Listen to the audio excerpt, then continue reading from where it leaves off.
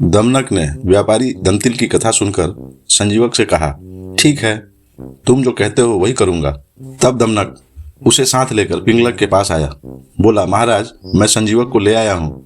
संजीवक ने भी पिंगलक को नमस्कार किया और पास ही बैठ गया।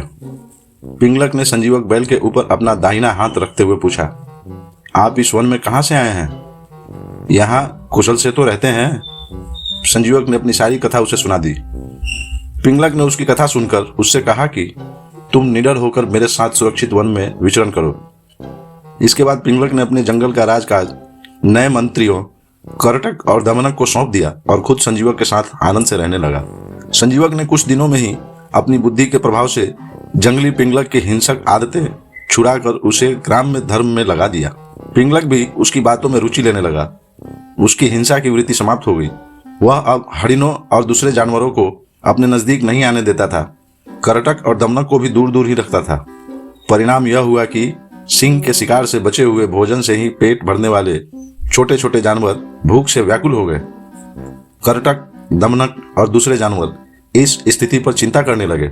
वे सोचने लगे कि जब भगवान शंकर के गले में लिपटा हुआ सांप गणेश जी के वाहन चूहे को निगल जाना चाहता है, जब कार्तिकेय का वाहन मोर शंकर के सांप को खा जाना चाहता है, जब सांप को मारकर खाने वाले मोर को भी पार्वती का वाहन सिंह खाने की इच्छा रखता है, तब यह अहिंसा का नाटक क्यों?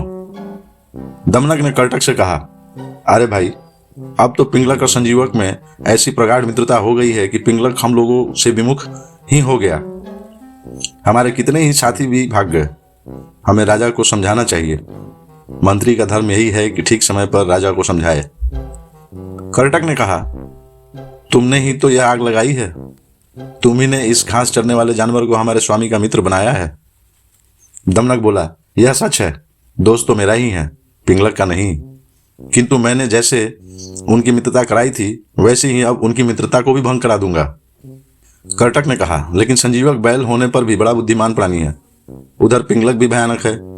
यह ठीक है कि तुम्हारी बुद्धि तेज है, फिर भी तुम इन दोनों को अब अलग करने में कैसे समर्थ हो पाओगे?